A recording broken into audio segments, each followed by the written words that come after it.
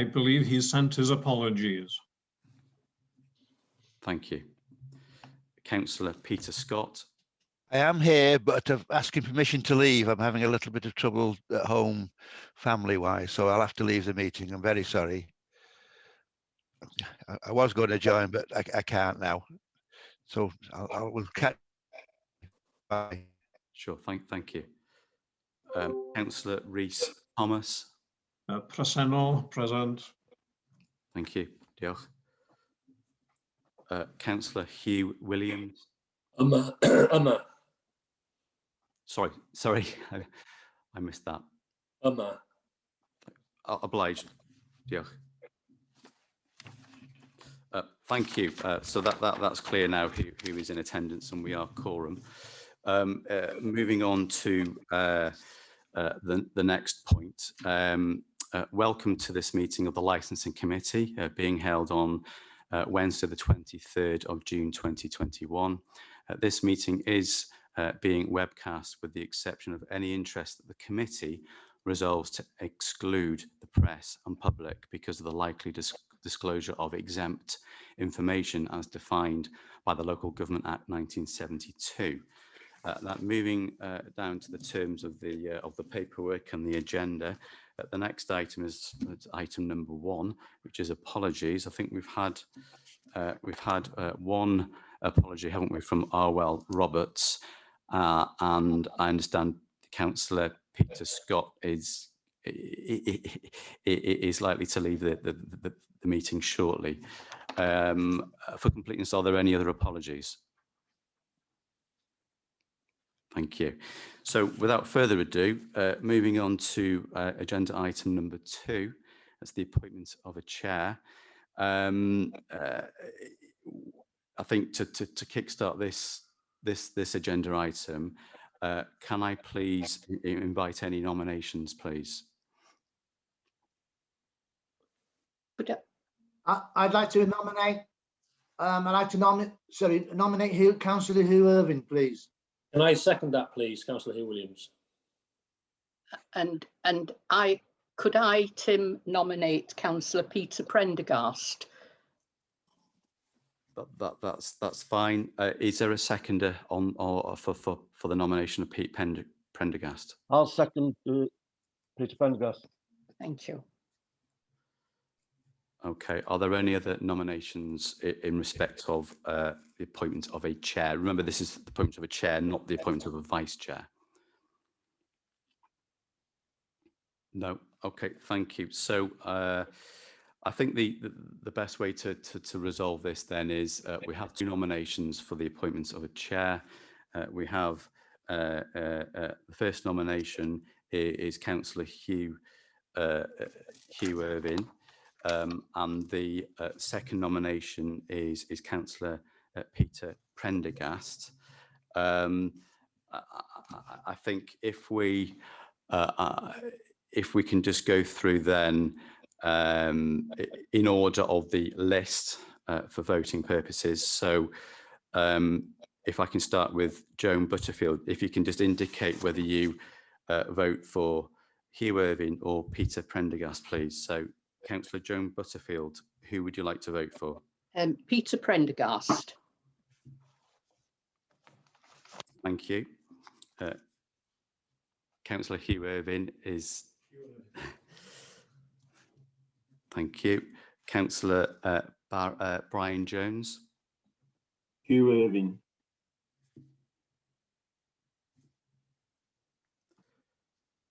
Thank you. Councillor Barry Mellor. Peter Prendergast. Thank you. Councillor Melvin Mile. Hugh Irving. Councillor Mervyn Parry. Hugh Irving.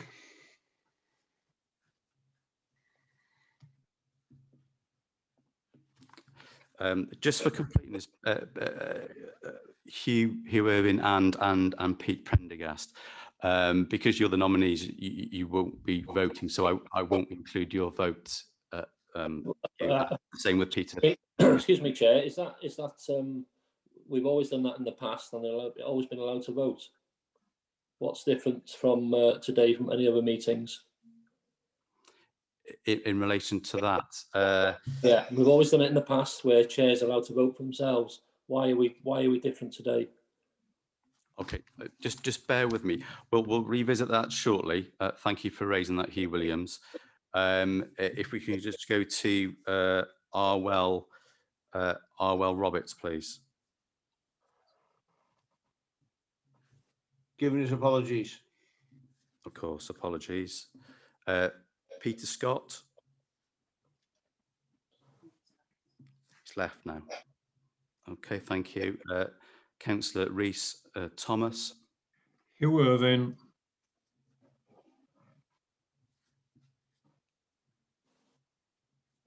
And finally, Councillor Hugh Williams. Hugh Irving. Okay, just bear with me for just 30 seconds. I'm just going to revisit that quickly. Tim, could I interject just momentarily? Yes. Yes, there has been a convention in some places that the chairs don't vote for themselves, or on some other matters, in fact, in committee terms, but legally there is no prevention for the chair from voting. And here we have allowed the chairs to vote in line with sort of committee law.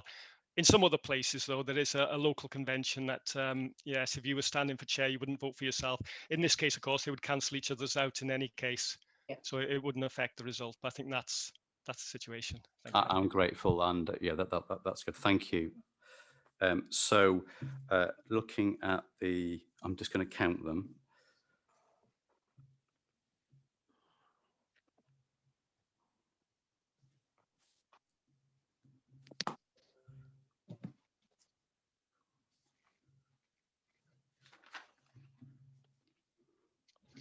Okay, I make it 6 for the nomination of Hugh Irving and 3 for the nomination of Pete Prendergast.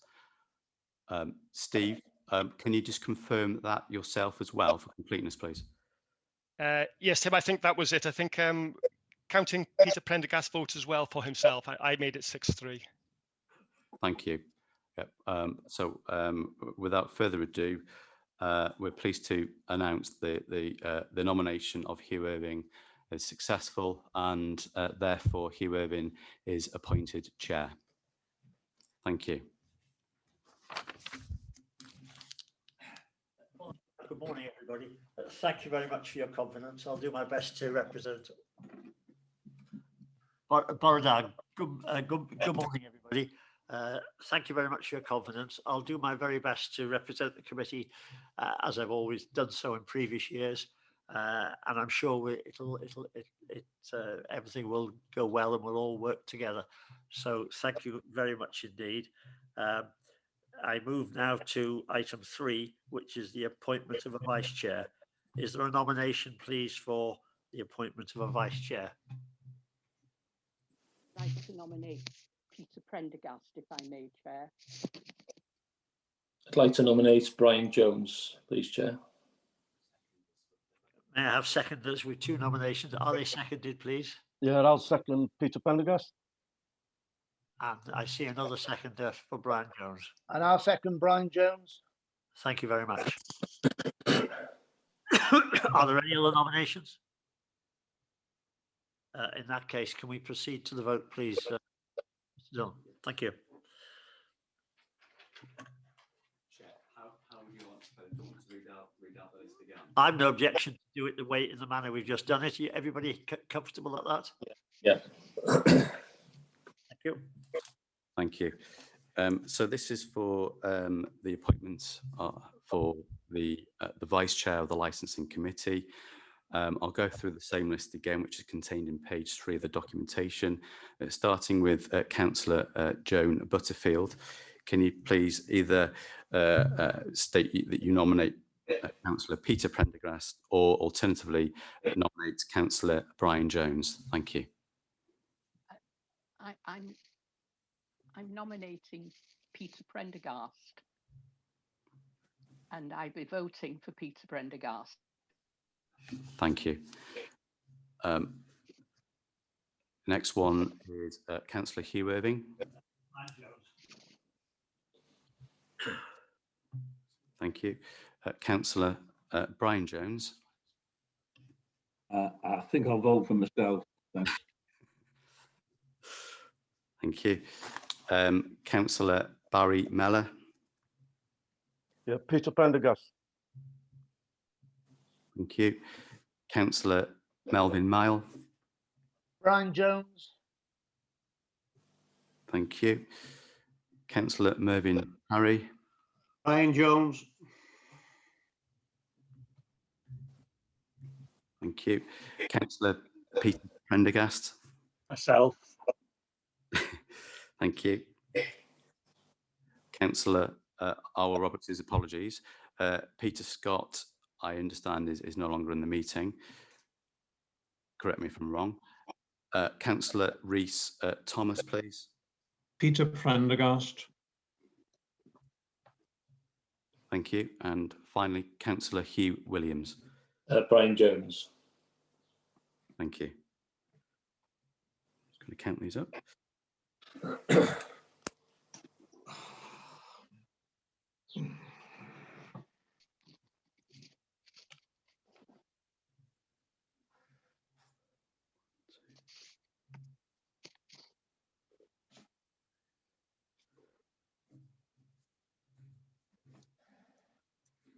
Right, I have 4 for Councillor Pete Prendergast and 5 for Brian Jones. Steve, can you please corroborate that, please? Yes, Tim, that's what I had. Yep, thank you. So, consequently, Councillor Brian Jones has been nominated Vice Chair of the Licensing Committee. Thank you. Thank you. Thank you, members. Before we proceed to item 4, can I just mention the translator, I think, is here. Do we need to do a translation test, officers? Excuse me, I'll just get ahead. To conduct this test, members, I'll speak somewhat and the translator will speak over. So, bore da pawb, gobeithio bod y cyfieithiad yn dod trwydd I pawb. Dwi'n cael bod I fyny gan aelodau. Gwych. Perffaith, diolch yn fawr pawb. Everybody, is there anybody having an issue with translation, or is everybody happy? No. Right. Thank you very much. Chair, Chairman, before we go any further, could I just say that I'm going to have to leave the meeting at 11:15 if it hasn't finished. I'm giving my apologies that I will have to leave this meeting at 11:15. Thank you, Councillor. I was about to say that we have got an appearer this morning, and I think that's scheduled for 11 o'clock, is it? Yes. So wherever we are, I'm going to have to adjourn at 11 o'clock and change to the gentleman that's coming in to appear. So declaration of interest. Can any members please? Yes, certainly Mr. Dillon will advise on that. Thank you, Chair. Yep, so the next item is item number 4, declaration of interest. Members will be aware of the requirement under the Council's Code of Conduct to declare any personal or prejudicial interest in respect of any business to be considered at today's meeting. Such interest should be declared now or as soon as a councillor effectively becomes aware that they have a personal or prejudicial interest in today's business. All members declaring an interest are required to state clearly what the interest is and to advise whether it is a personal interest or indeed a personal and prejudicial interest as defined in the Code of Conduct. Any member declaring a prejudicial interest is required to leave the meeting for the duration of the business and can take no part in the proceedings. Members with a personal interest only may take part in the debate and any vote.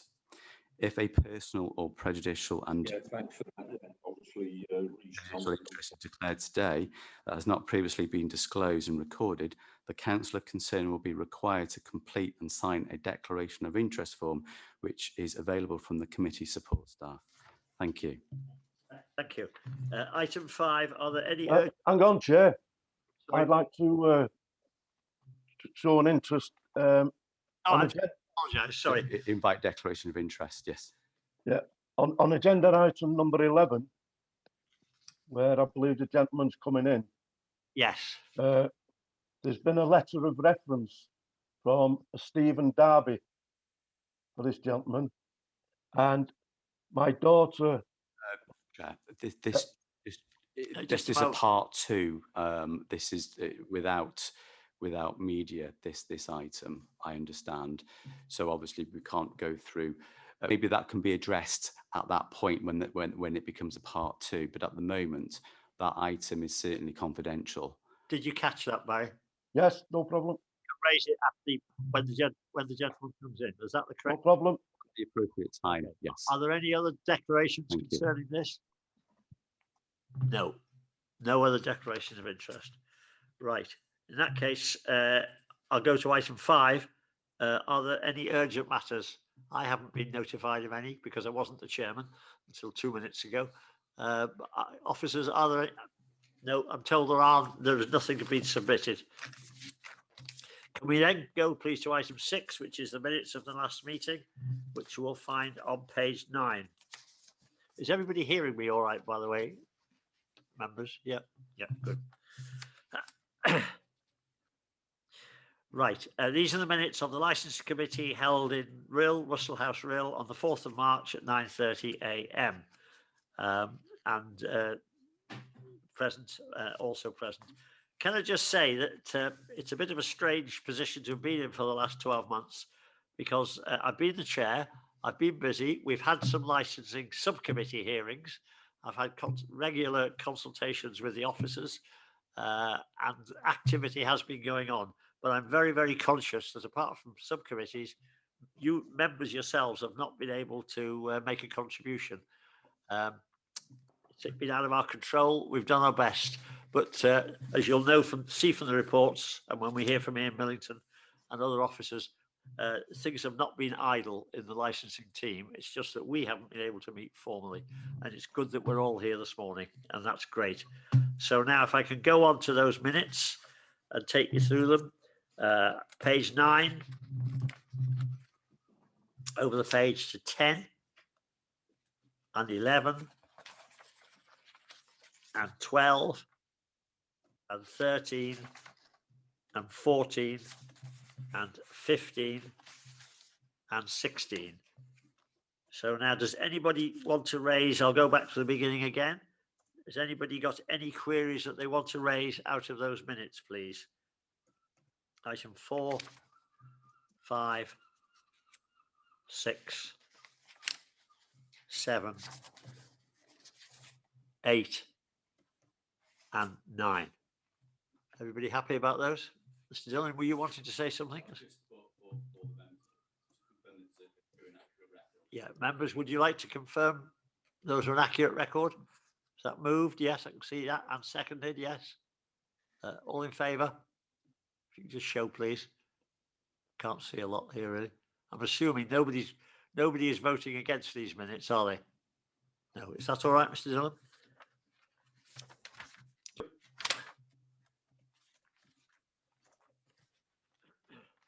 We'll now move to item 7, which is a review of the HACNI carriage and private hire licensing policy and conditions, which you will find in your pack at page 17 to 88, please. Thank you, Chair. Thank you. Thank you.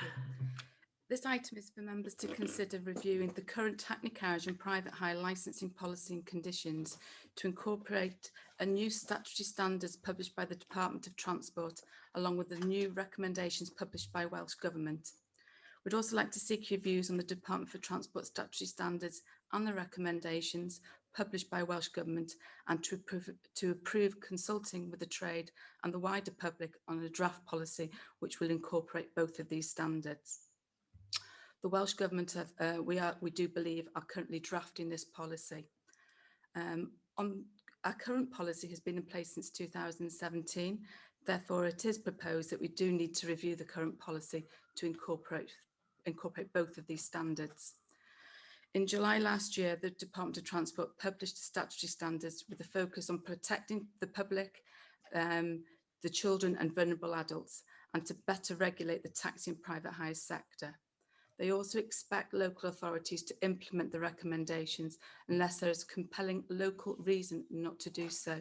This document can be found at Appendix A in your committee pack.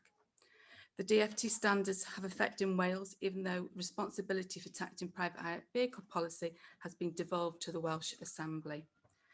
In addition to the Department for Transport standards, earlier this year, the Welsh Government published the harmonisation of the taxi and private hire vehicle licensing in Wales. This document follows the Welsh Government's white paper. The aim of the recommendations contained in the document is to provide quick fixes to improve the consistency of licensing standards and increase public safety across Wales. The recommendations form the basis for further development by Welsh Government into national standards. In order to achieve this, the Welsh Government strongly recommend that each local authority in Wales adopt these recommendations on a voluntary basis. They can be found at Appendix B in your committee pack. The Department for Transport statutory taxi and private hire vehicle standards have been considered in the drafting of the Welsh Government's recommendations. The Department for Transport's statutory standards and the Welsh Government harmonising of the taxi and private hire vehicle licensing recommendations will bring along many changes to our current licensing policy, which are highlighted at 3.84 to 3.86 in your report. A 4-week consultation is proposed on a draft statement of licensing policy, which incorporates the new statutory standards published by the Department for Transport and the recommendations set out by Welsh Government, and any responses from the consultation will be brought back to a future licensing committee meeting. It is therefore recommended that the committee consider the contents of the report and resolve to approve the review of its current licensing policy relating to taxi and private hire vehicle drivers and operators in line with the new DFT statutory standards and the Welsh Government harmonisation of taxi and private hire vehicle licensing recommendations, and to also approve the need to consult with the trade and the wider public, including local organisations, on a draft statement of licensing policy. Thank you, Chair. Thank you very much. I take it members will have had an opportunity to go through this, what is a fairly meaty document. There's a lot of very important issues in it. Does anybody have any particular issues they'd like to raise for the officers to clarify for you, please? Any comments? Do I see any hands raised? Chair, Yep. could I just ask, have the officers got any concerns with this? You know, it's quite a meaty document. It all in. I've gone through quite a bit of it. I'm just wondering what some of the officers' views are on it, and if they've got any worries. We're getting some sort of echo, Mervyn, on your voice. Do you mind switching off your camera for a moment? Would you like to just repeat that, if you don't mind, please? Because we did. Yeah, I'm going to try now. Can you hear me better now, Chair? Much better, thank you. Right. I was just going to ask, as it's a meaty document, there's quite a bit to go through it, which I've tried to wade my way through it. Have the officers got any concerns, or are they happy with it because it's an item that they would understand? I'm just wondering whether the licensing officers have anything that they're worried about on it that they'd like to highlight. Thank you. They are designed to improve public safety, increase consistency and improve customer experience. And from an officer point of view, it's that there's no concerns from our point of view. Thank you. Okay, thank you, Nikki, for answering that. Thank you. I think. Is he there? Chair. I think Brian Jones, we've got a hand up for him. Are you there, Brian? I am, yeah. Thank you, Chair. Yeah, I'd like to ask a question of the officers. Could you give us a bit of detail on how you are going to communicate the consultation on this to the industry? It's always a bit of a criticism that I seem to hear about how you communicate and how you gather information. Can you give us some background on how you're proposing to do it this time? Are you going to do any face-to-face meetings, etc., or will it all be electronic? Are you able to clarify how we communicate with the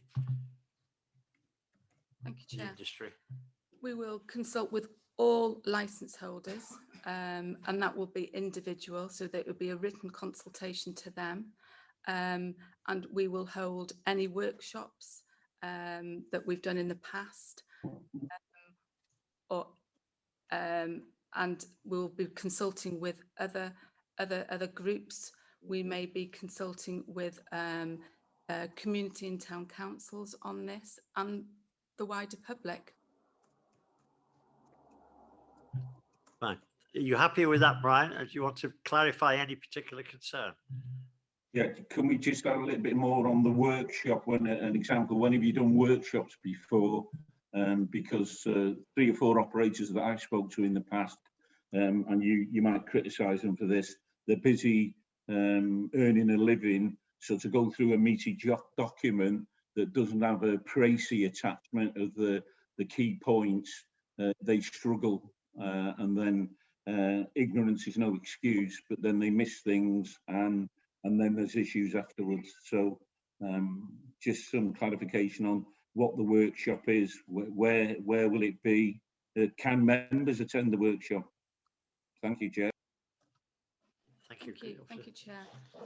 We have held workshops in the past around the county. The last one we held was a couple of years ago, and we held them in Corwin, Llangollen, Denbigh, Rhyl, Prestatyn, and there were a couple of sessions, a morning session and an evening session for any interested party to come along and discuss any concerns, personal concerns regarding the proposals.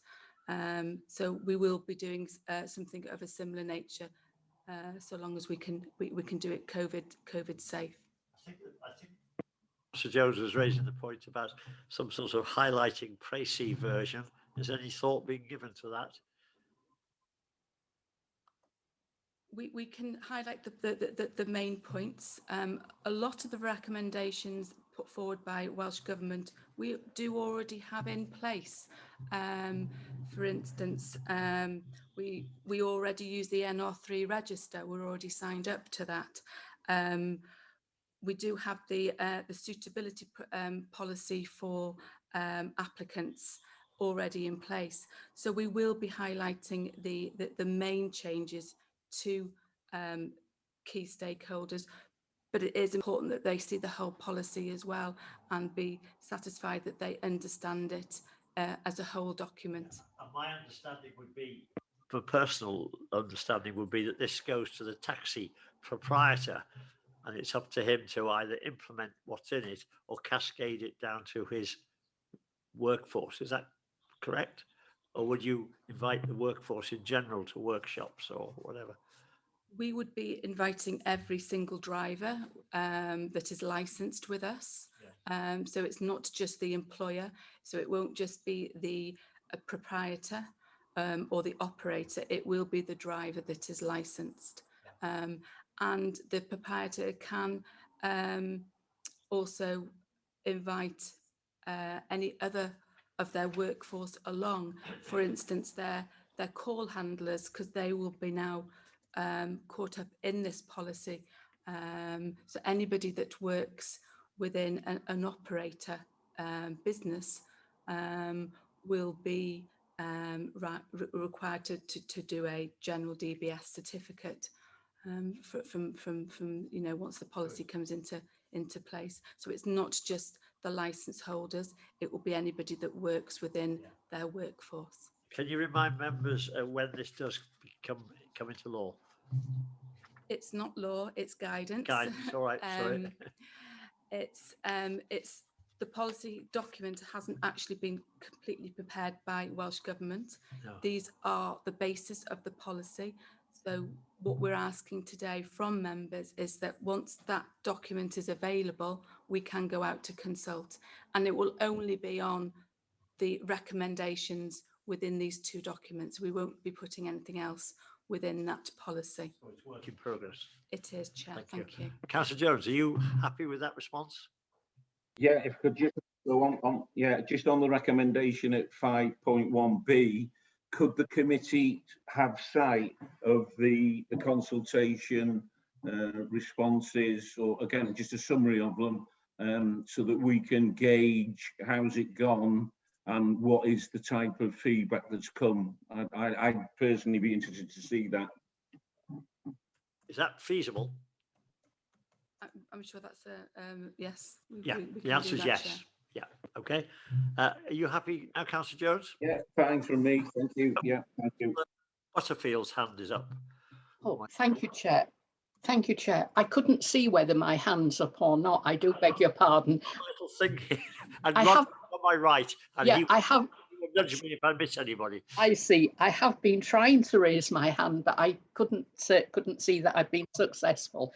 But yeah, thank you, Chair. I'm happy to move that we approve this review policy, and that we move it now on to further consultation with the industry, if that is needed at this moment in time, Chair. I'm quite happy to move that we move it, and it goes out now to further consultation to the industry. Right. Thank you, Chair. Is there anybody wishing to second your proposal?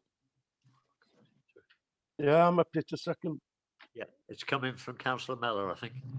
Right, I think Mr. Dillon wants to speak to us. The recommendations sort of A and B.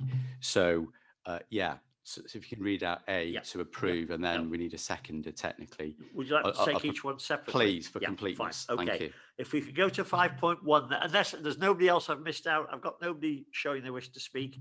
So I'm going to go to the recommendations. So 5.1, A is that it's recommended that the committee consider the contents of the report and resolve to approve the review of the current licensing policy relating to HACNI carriage and private hire vehicles, drivers and operators in line with the new DFT statutory standards and the Welsh Government's harmonisation of taxi and private hire vehicle licensing recommendations. Is that's it? If I can take it, Mrs. Butterfield. Yes. Yeah, and it's seconded again by, who was it? Barry, correct? Yeah. Okay, so that's moved and seconded. Any amendment to that proposing and seconding?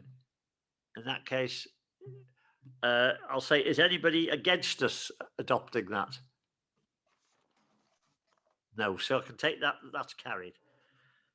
Go on to recommendation 5.1b, which is for the committee to consider the contents of the report and resolve to approve the need to consult with the trade and the wider public, including relevant local organisations, for example, accessibility groups, on a draft statement of the licensing policy. Is there anybody to move that? So moved. Is that Mrs. Butterfield again? Yeah, I'll move that. Councillor Mellor, did I see again? I'll second. Fine. Any other amendments to that? No. In that case, can I take it that that the committee has approved that and adopted that? Agreed? Yeah, fine. Is that all right, Mr. Dillon? Thank you. Well, thank you very much. Thank you, officers. That's really a very heavy document with an awful lot of content and an awful lot of possibilities within it. So I'm sure we'll hear a lot more about it. Thank you. I will now take us to item 8, which is an update on the zero emission vehicles with the within the licensed vehicle fleet, which you'll find at page 89 in your pack, please. Are you taking the report again, Joe? Yeah, thank you, Chair. This is to update members on the current position relating to the Welsh Government Green Taxi pilot scheme for zero emission vehicles. Denbighshire was successful in securing Welsh Government funding for 4 electric vehicles and charging infrastructure to pilot a try before you buy scheme.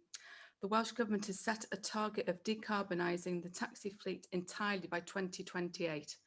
The 3 pilot areas are Cardiff, Denbighshire and Pembrokeshire. In total, 50 fully electric wheelchair accessible Nissan Dynamo taxis will be purchased, 44 for Cardiff, 4 for Denbighshire and 2 for Pembrokeshire. The associated charging infrastructure for the exclusive use of the taxis will also be installed in each area, and the pilot scheme will run for 2 to 3 years.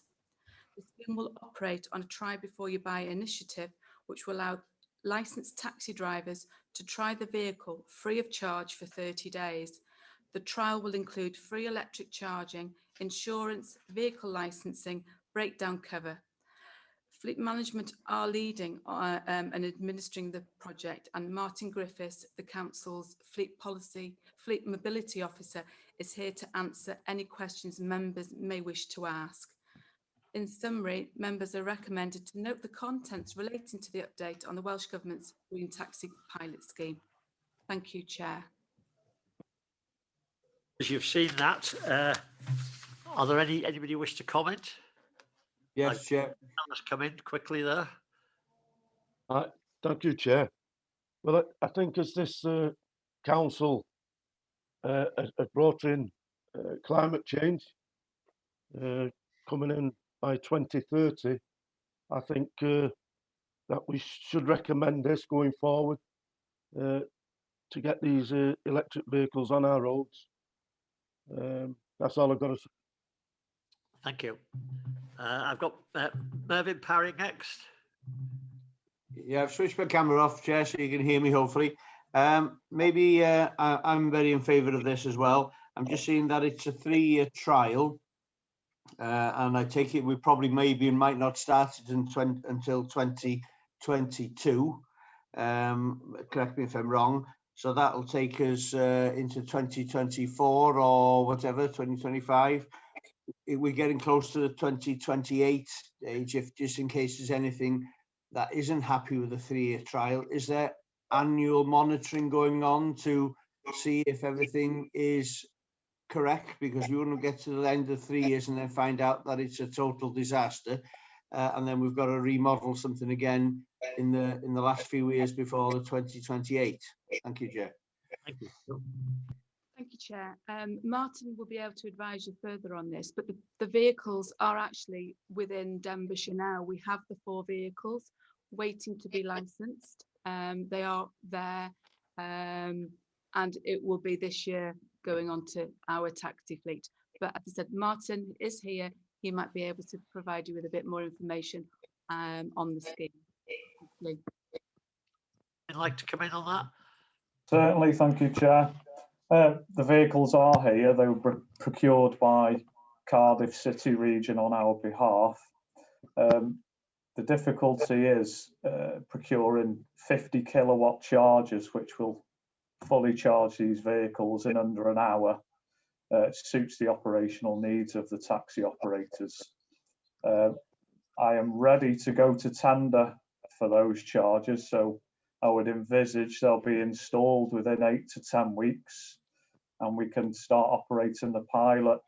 It's not just necessarily about offering these vehicles on a 30-day try before you buy only. It's also about encouraging the uptake by operators as and when they renew their vehicles, that the infrastructure is there to support them. Well, basically, the fueling system is there to support them with the uptake of zero emissions. Can I just clarify that it's 2 years, the grant funding, with the opportunity for a 3rd year if the data reporting shows to Welsh Government that we've made a success of it. Thank you. I've got in order now Merrick, to be followed by Melvyn Mile. Merrick Lloyd-Davies, please, Councillor. Diolch yn fawr iawn, parchus gadeirydd a llongyfarchiadau chi ar y gadeiryddiaeth. Mae ddrwg gyda ddod o flaen Melvyn, mae o'n aelod, dydw i ddim, ond diolch yn fawr i chi am hynny. O'n stori fawr yn y papur, dwi'n meddwl mae'n y Free Press neu Daily Post, am gwmni tacsi yn yr Rhyl, oedd wedi cael trafferth, oedd wedi prynu rei trydan neu rhywbeth, a mae wedi mynd yn ôl i diesel. Tybed os ni wedi cael unrhyw wybodaeth pam bod hynny wedi digwydd, a oedd wedi cam ddeall y wybodaeth, tybed? Okay, mae'n ddrwg gan Meirik, siarad yn Saesneg neu Popeth yn iawn, Brian. So the taxi operator that took on the electric vehicles, I think has probably jumped in feet first without realising that the infrastructure wasn't there for them to charge the vehicles. I suppose procuring vehicles that are powered by a certain type of fuel, I would say that business acumen would tell you to make sure that you have that fueling system in place. So maybe that it needed a bit more research by the operator that purchased those taxis before they actually jumped in and took the lease on. And again, that's something we encourage them to take them on, but we just don't have the charging infrastructure in place for them at the moment. I think that the particular business model for that operator is that they run 2 drivers over a 24-hour period. Some operators could take an electric vehicle and leave it to charge overnight, which is fairly simple to put in place because capacity at properties, at businesses will support that. Whereas a 50 kilowatt charger, really we need to tap the electricity direct from a substation because it really does sap the power and pours it into the vehicle so rapidly. The only place that Denbighshire has got them, or sort of North Wales have got that capacity charger, is the A55 in the service stations. So we're working to develop it so that it'll suit all operators' business models. We'll see where we go with that, I suppose. I'm sure that operator will take electric vehicles again as soon as the opportunity arises because, as licensing committee knows, they're one of the front runners of taxi provision in RIL specifically. I've got next speaker as Melvin Mile to be followed by Hugh Williams, but I notice Ian Millington wants to come in. So just in case it's something relevant to the discussion, can I bring you in now, Ian, please? Thanks, Chair. It was just reiterating what Martin said. Actually, We're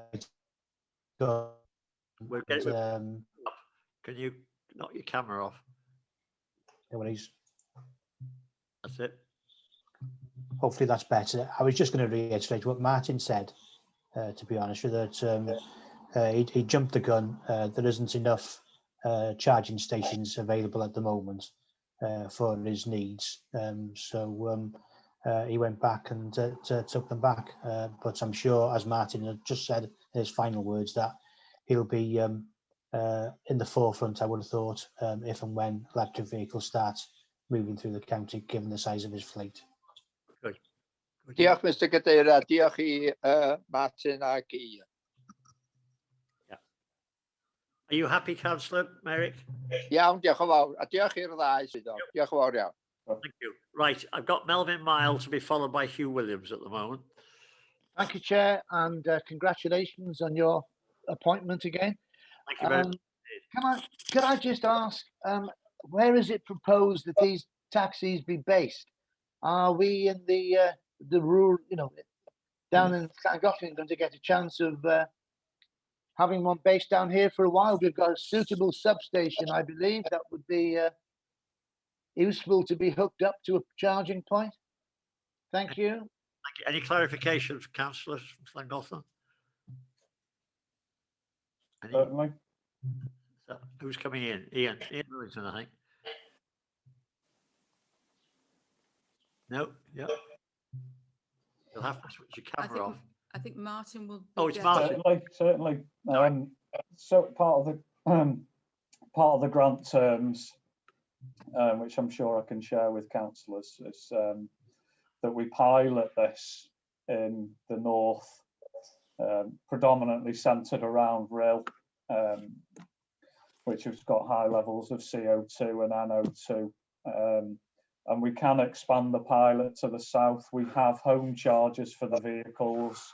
We're looking at the provision of charging across the county, not just for taxis, but also for fleet vehicles. So we can expand the pilot over time. We're just going to start with baby steps, I suppose, and then if we make a success of it, there's an opportunity there for us possibly to procure more vehicles and actually lease them to operators for the same price as the equivalent diesel Volkswagen Passat, say. Because as I'm sure you're aware, they're generally £10,000 to £15,000 more for an electric vehicle. So the opportunities are there, and if you do know taxi operators that would like to take them on that have a charging provision, we can certainly visit that with you if you'd like. But predominantly it's based in the north around Rill and I suppose deprived localities to start with as part of the grant terms. Melvin? Okay. Yeah, well, just keep us in mind then. Thank you very much indeed. Thank you. Can I take it that if you had an operator from the south of the county, Corwin and Llangollen, that wanted to participate in the scheme, they probably could go on the waiting list to have one, but they'd have to charge it themselves at home using the home charger pack. Is that correct? At the moment, it's a very long and complex process to install electric chargers with communications with the network operator, complexities around the electric chargers. Denbighshire traffic team have chargers going into public car parks in Llangollen, which I'm not sure how far along the process they are, but they'll be in before end of financial year, and that'll offer charging facilities for the taxis.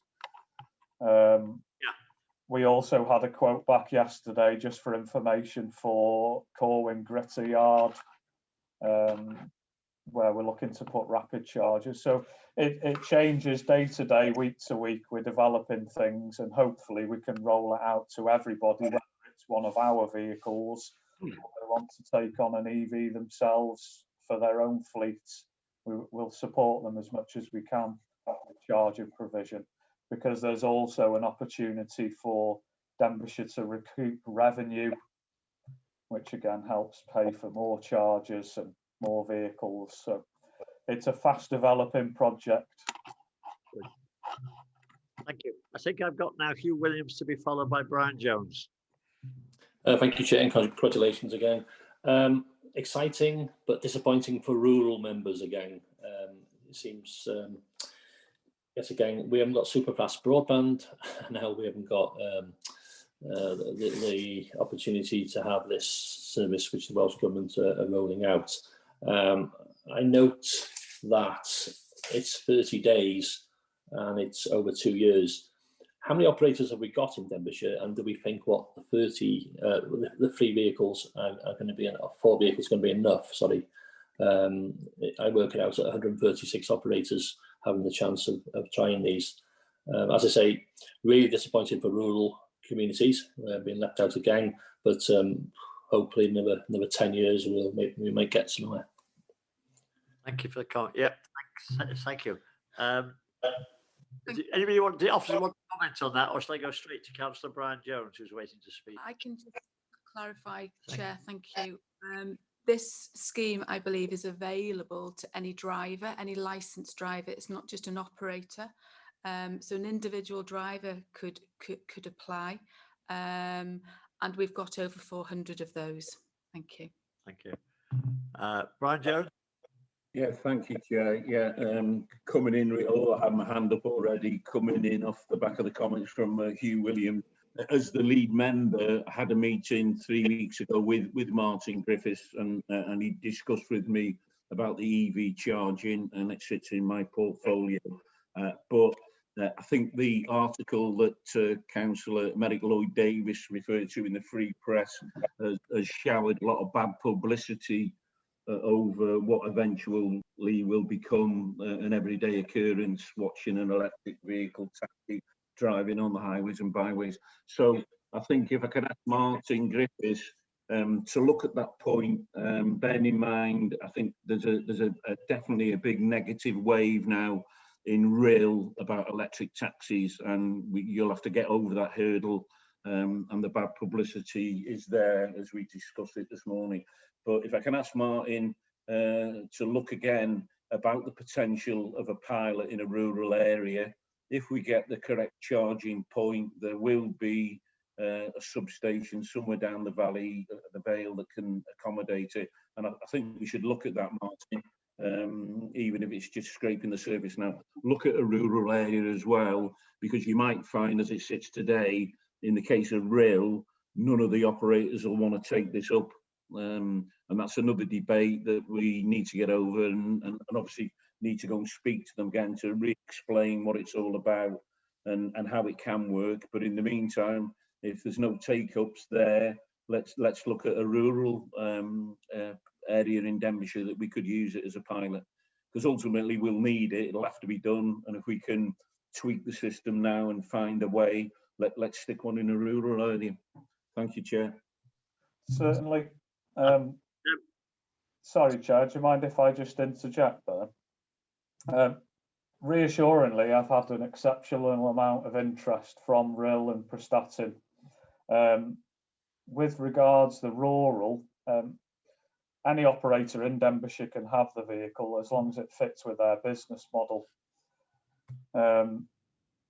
Going forward, I know very early days that Transport for Wales are looking to make a charge park type area in Corwin, where the Traws Cymru bus network passes through between Barmouth and Wrexham.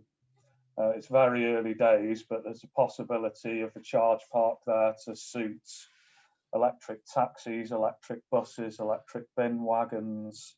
But again, it's early days of discussion at the moment. But and again, this project is very early, so over the years we'll look to put charging provision in whole of the county, north to south, east to west. Good. Thank you. Thank you. I noticed Ian Millington's hands up. Is it just a rollover, or do you wish to come in again, Ian? Thanks, Chair. I was just going to say that given it's a pilot, the idea of that is to try and iron out any of the issues that might arise. So it would be a good opportunity to look at rural areas. We're quite, I suppose, unique in that we've got some urban and quite a significant rural area to manage. And if the scheme is across Wales, and Cardiff can be looking significantly at urban areas, might be an opportunity to look at do something for the rural environment somewhere. Thank you. Hugh Williams, you tried to come back in?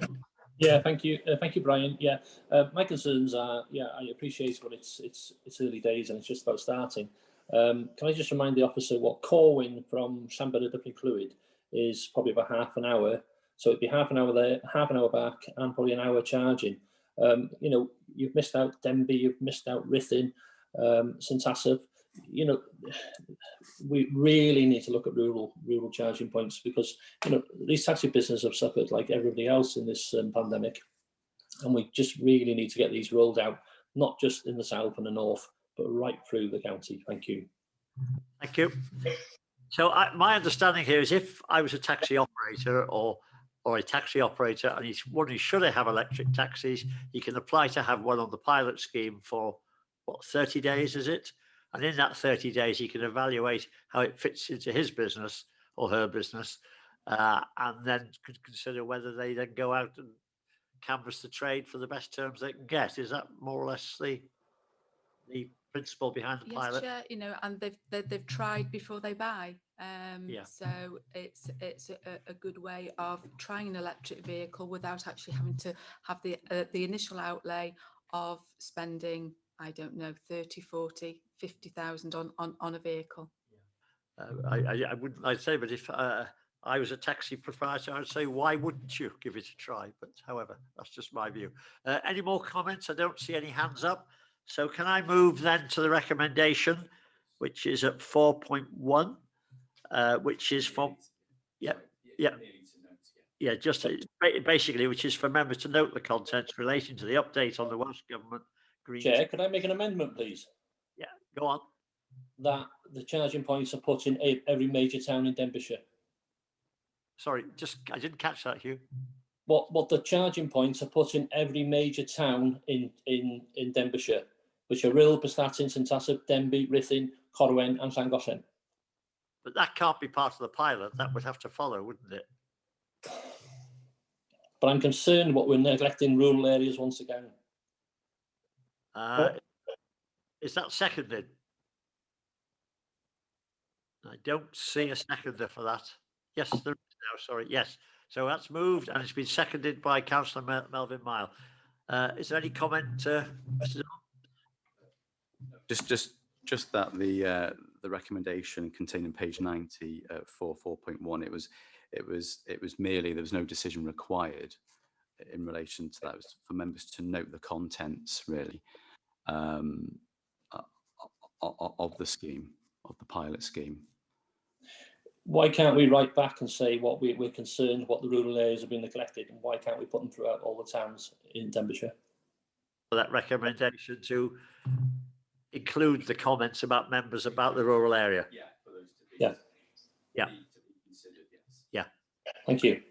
Is that okay? Yeah, thank you. That will be built into the recommendation. Thank you very much. So I take it nobody wishes to vote against that recommendation. In that case, I'm going to advise that it's carried. That's all right, Mr. Dunn? Yeah, it's just for information. I think it's a really heartening, good news story. That I only wish the pilot scheme would give us more vehicles than this one is going to. But I'd like to hope that the industry will take up the pilot with enthusiasm, and this will eventually feed through into people acquiring their own electric vehicles. It can do nothing but good. And we look forward to get the first pilot getting on the road. Maybe the chairman of the council might want to give it an official send-off or something like that, but that's another matter. Right, okay. We'll now move to item 9. I'm sorry, I'm looking at the clock because I'm conscious we've got an appearer. Item 9, which is the review of the street trading policy, which is at page 91. Okay. Who's taking that? Is that? That's me, Chair. Thank you. Okay, thank you very much. GWAHODDIR, everybody, good morning. The purpose of this report is to inform members of the current position with regard to a review of the street trading policy in Denbighshire. As some members may recall, work has been ongoing in drafting a street trading policy, and we're seeking members' view on the revised draft policy attached to Appendix A. This version has been developed with a view to providing a policy which is fit for purpose, which addresses the concerns for all who may be affected. And this decision will be made under the Local Government Miscellaneous Provisions Act 1982, Part 3.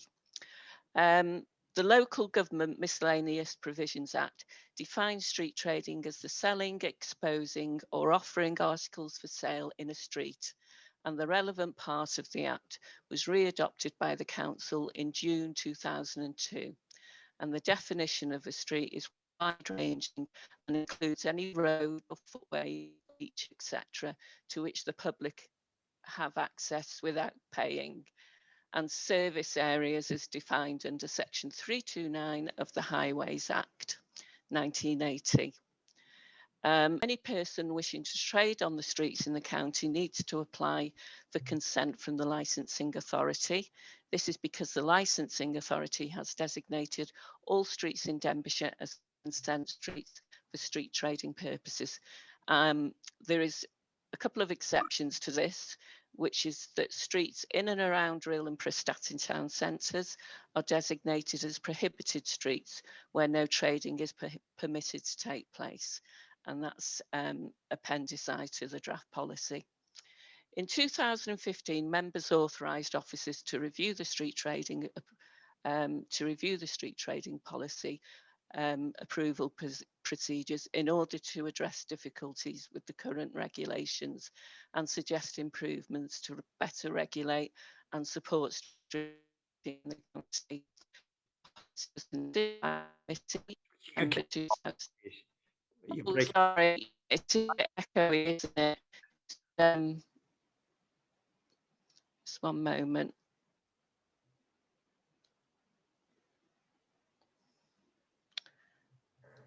Right. Okay. So, as we said, a draft policy was considered by the licensing committee in December 2016. It was agreed that an initial consultation be undertaken with the city, town and community councils, along with internal departments.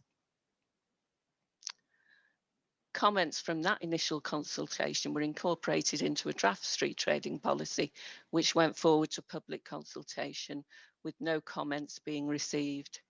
As mentioned previously, the public consultation did not provide any responses. However, officers subsequently received feedback from other individuals and teams from within the council, including members, and it was concluded that further work was required before a policy which is fit for purpose can be presented to this committee for consideration. Much has changed from the original decision to review the policy, such as the challenges faced by our high streets, which have been compounded by the COVID-19 crisis, and members will be mindful of this when considering the new revised policy. Officers are proposing that if, having examined the attached policy, members authorise a full consultation to take place, we will at the same time undertake discussions with business groups and communication experts within the council. This will allow us to understand the needs of those who may be affected by the policy, notably local fixed traders, business groups, communities and the wider council teams, such as planning, highways and environmental services. The consultation and engagement outlined at 4.9 will enable officers to make any necessary adjustments to the policy before presenting it to a future licensing committee. And as part of the ongoing development of the policy, members may also feel it appropriate to develop a subgroup or a liaison group to discuss certain items within the policy.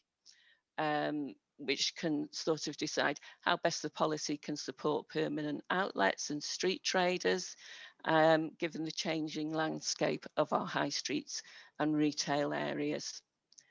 So we would say that members could, we would ask that members consider the policy at Appendix A, and if appropriate, give approval for consultation, and to consider the suggestion of forming a liaison group with members and whether they might wish to nominate a member or members of the committee to liaise with officers on this matter. Thank you, Chair. Thank you. I notice I've got two speakers. I know Mervyn Parry's hand is up first, but Brian Jones is also up, and I'm wondering, are you wanting to make a lead member comment or just a councillor? No, I'll give way to Councillor Mervyn Parry first of all, and then yeah, most definitely. Yeah, I mean, it's just a case that as we receive feedback from within the council and members and various sections of the council, it may be that we as officers could liaise with a particular member so they could keep track of how things were going, put their views forward as we begin to sort of compile this revised policy. Right, well, so Mervyn Parry coming in now, please. Yeah, hope you can hear me, Chair. My camera off. I'm just you know, that I think that the whole street trading job is going to be changing because of COVID, and probably since this paper's come out, and I'm sure the officers are aware of that. And I think we're probably going forward for a few years. We need to have some sort of flexibility in it, because the retail, should I say, cafes that are on the high streets or whatever, are probably now coming out onto the street, trading themselves with chairs and tables on the street. Does that class as street trading? There's one question. And obviously we've got a lot of problems with our towns, town centres and city centres. And, you know, I feel that we need to be encouraging people to do some trading in them. And we just need to be wary of how COVID might have affected people coming into town, and how the traders within the town themselves are now turning into part street traders as well, to make the most of the space they've got to do the trade that they require to deliver the business they want.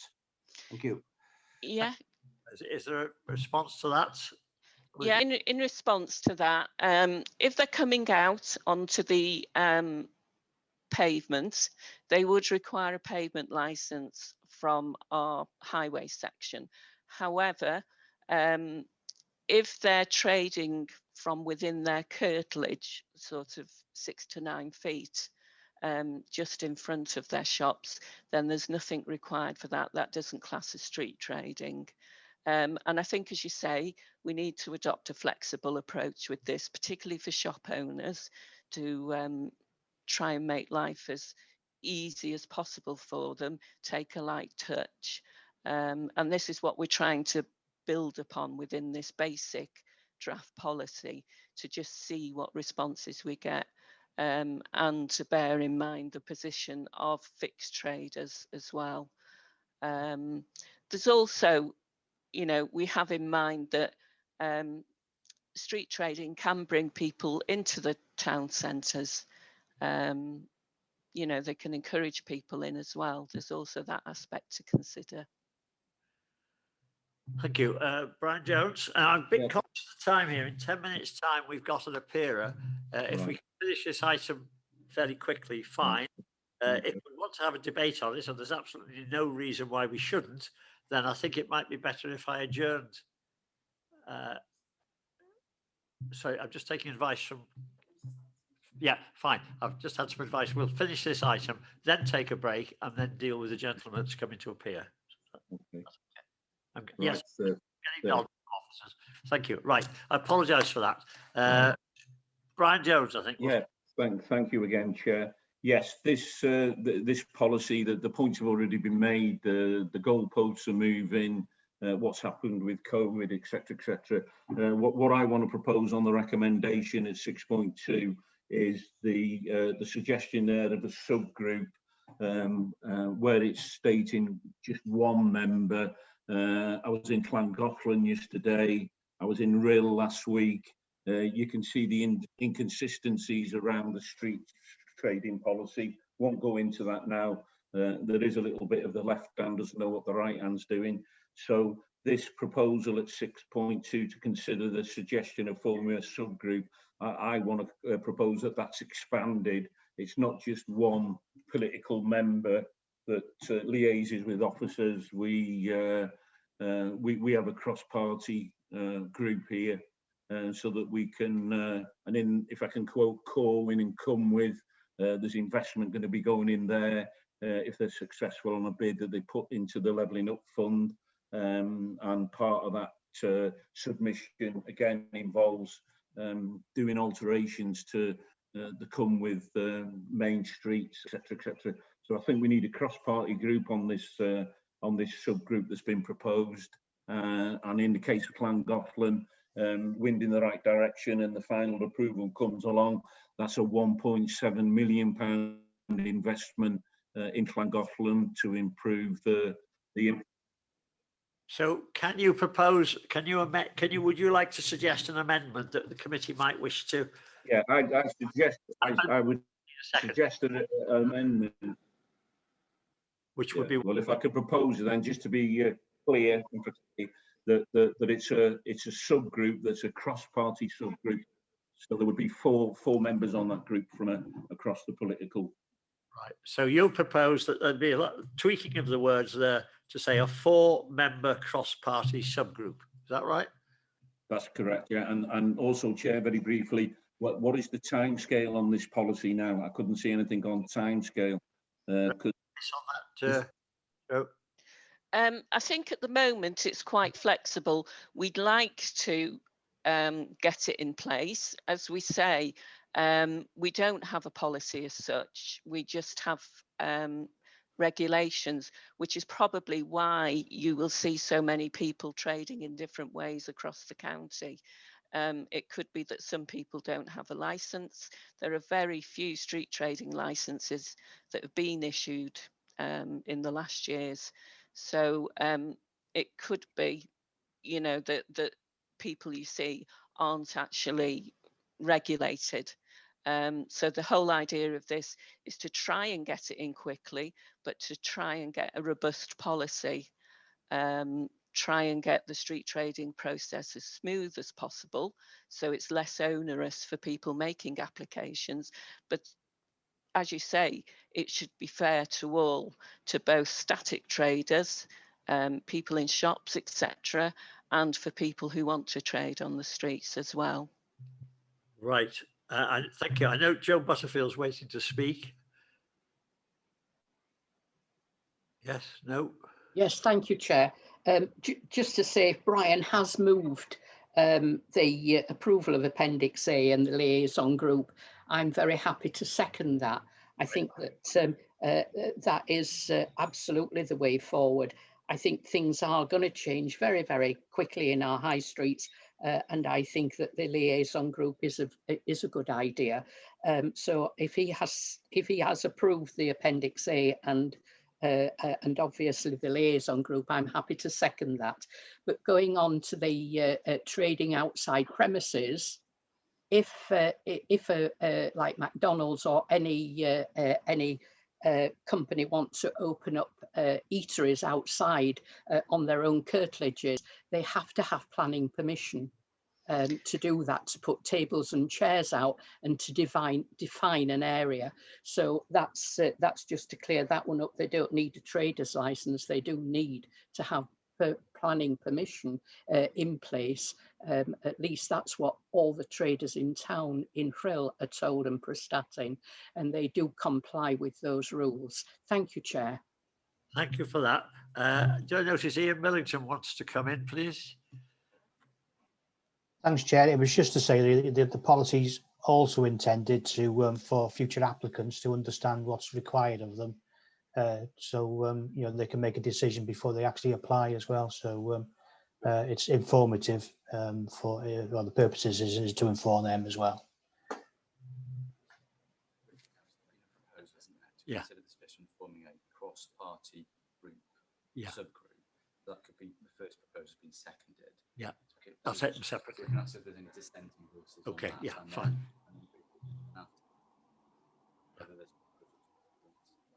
Okay, fine. And then go back to. Yeah, I'm just getting some advice from Mr. Dillon about Councillor Jones's amendment.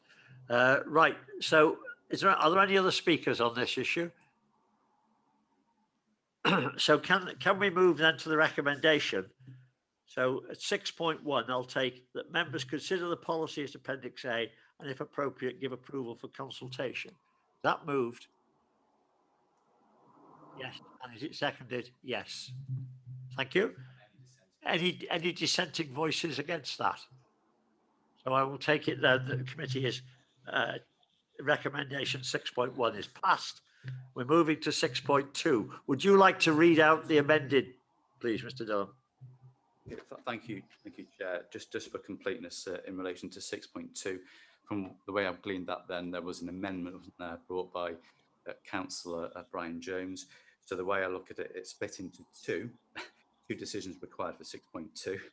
The first is to consider, correct me if I'm wrong, to consider the suggestion of forming a cross-party group, a subgroup, in relation to this matter. I understand that was proposed by Councillor Jones, and it was also seconded as well. Can we just confirm, has that been Councillor Jones, are you content with that? Is that I'm happy with that, and I believe Councillor Butterfield has seconded that. Yeah. Yes, and I think you did say 4 members, and I got the feeling, rightly or wrongly, and you'll quickly correct me if I got it wrong, that you were really geographically or politically. It would be. I mean, I suppose it would revert back to the mags, wouldn't it? A nomination from each mag, and then that will encapsulate the whole of the county. Then, won't it? You'll have a rep from you know, that might be looking at the smaller town area, and obviously the bigger town area, Llangollen, Prestatyn, Brill. What's Mrs. Butterfield's view about seconding that? I would I would really go along with that. I think it's an excellent idea, Chair. Good, good. So, right. So can we, did you pick that up? Well, I know you're scribbling frantically. We've got 6 mags now. So it now becomes, and then the licensing committee itself isn't represented on the subgroup. Is this raising a problem now? Unless, how could we enact this? Cross-party group.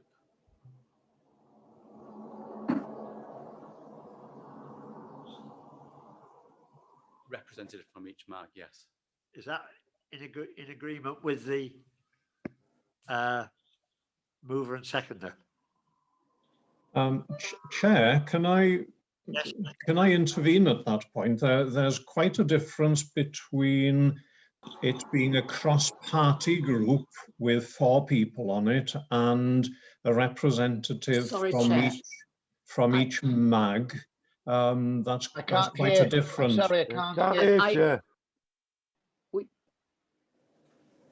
Sorry, Chair, can you hear me? I think there's a problem with your sound. I don't know whether switching the camera off might be helpful. Okay, thank you. I think there's quite a difference between having a representative from each political group.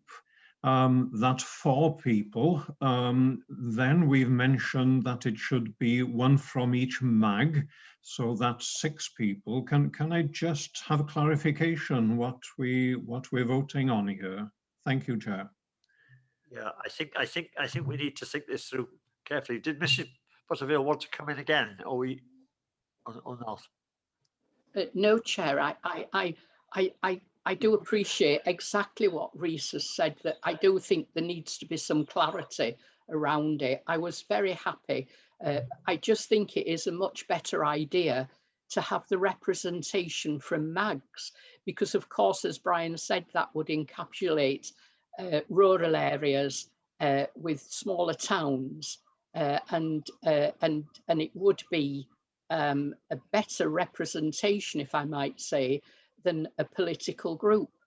If there is a problem with that in numbers, I'm sure that if the MAGs were consulted, and but I think that's where we should start, at the MAGs.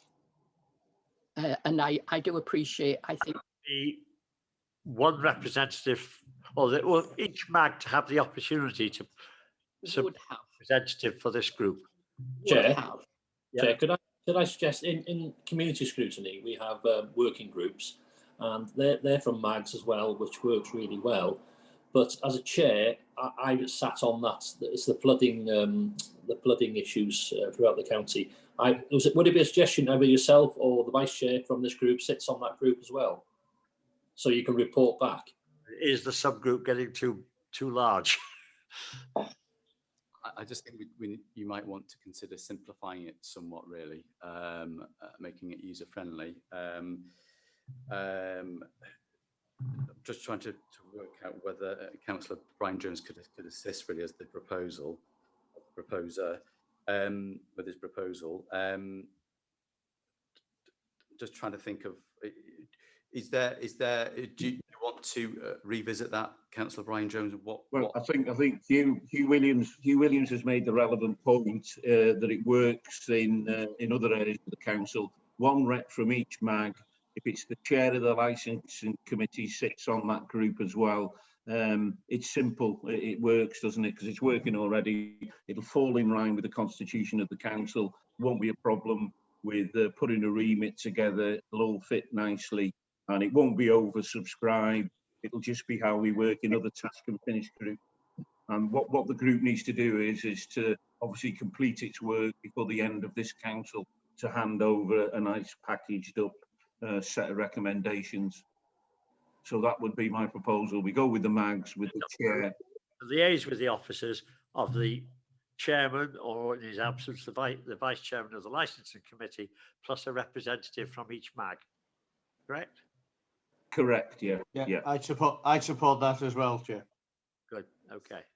Okay, that's seconded. Yeah, well, it's been seconded. Yes, I'm happy with that. Yeah, right, lovely. I know it's a little bit complicated. Any dissenting voices against that? I take it that everybody is happy. So we're adopting 6.1 and 6.2 with the tweaking that we've just discussed. Everybody happy? Yeah. Okay. Right. We've got somebody appearing. We've got to just get it set up. Chair, it's Ian here. I noticed on the next agenda item is an update on the forward work programme, and rather than adjourn and come back to that, business, I think, haven't you? I just wonder whether it's because it's only a verbal update and it'll only take a minute, and I've got to go from a COVID vaccine. Right. Okay, well, we don't want to delay your vaccination, so quickly. Thanks, Chair. Given the last 12 months, the forward work programme has somewhat fallen off the agenda, and so I'm proposing for the next committee is to redraft what we've currently got and add into it some significant ones that we'll have to look at in the future. Those being lots of stuff in relation to the taxis, including any electric vehicle incentives or schemes that might come up on that. Certainly the street trading is going to be on the forward work programme, and there are also lots of small things that are due for review in the next couple of months. So the proposal is, or the recommendation is, to bring a formal forward work programme to the next committee. So it's simple as that. Right. Thank you. You've heard Mr. Minister's recommendation. Can somebody move that we adopt that? Second. That's yes. That's moved and seconded. Thank you very much indeed. Any dissenting voices? No. Right. You can go off to be vaccinated now. Thank you, Chair. My apologies for having to go. Right, I'll go 10 minutes. Chair, Yeah. Could I just ask, before you go off on a 10-minute break, that we move into part 2? Yeah. As I want to put in an interest, and if I've got to leave the meeting, then I'll leave it now. We're still public, unfortunately. Sorry. So I'll close this meeting now. I'm closing it down. Part 1. Can I reopen part 2 just for a moment to hear what Mr. Mellor's got to say? Is that okay? So do you want me to stop the webcast? Stop the webcast, yes.